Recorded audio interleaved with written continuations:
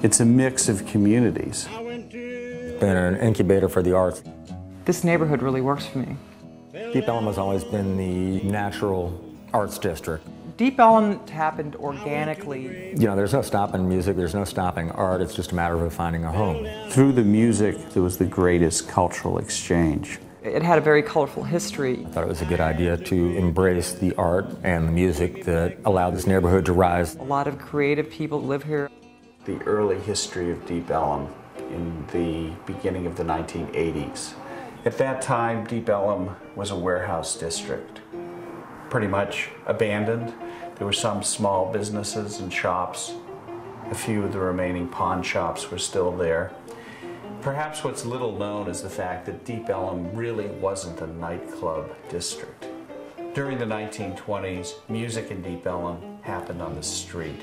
Yeah, everybody knows that, like Blind Lemon Jefferson and Don Lee Hooker and Lead Belly and those guys, you know, Howlin' Wolf and whatnot used to play down here.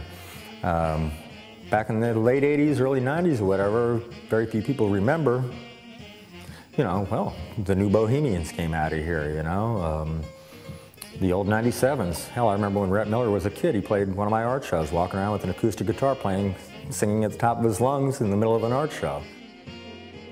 I think what I liked about Deep Ellum was not only its location, it had a very colorful history. You know, it was once a red light district. It had a certain musical legacy, I think, that was interesting. You know, out of all the neighborhoods here in Dallas, I probably wouldn't live in any other neighborhood simply because you see your neighbors, your friends, you catch up with everybody on the street.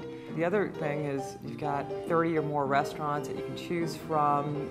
But I think it's truly one of the only pedestrian neighborhoods in Dallas. What we want in Deep Ellum is to have this preservation of the old, but to have it develop and grow along with the new.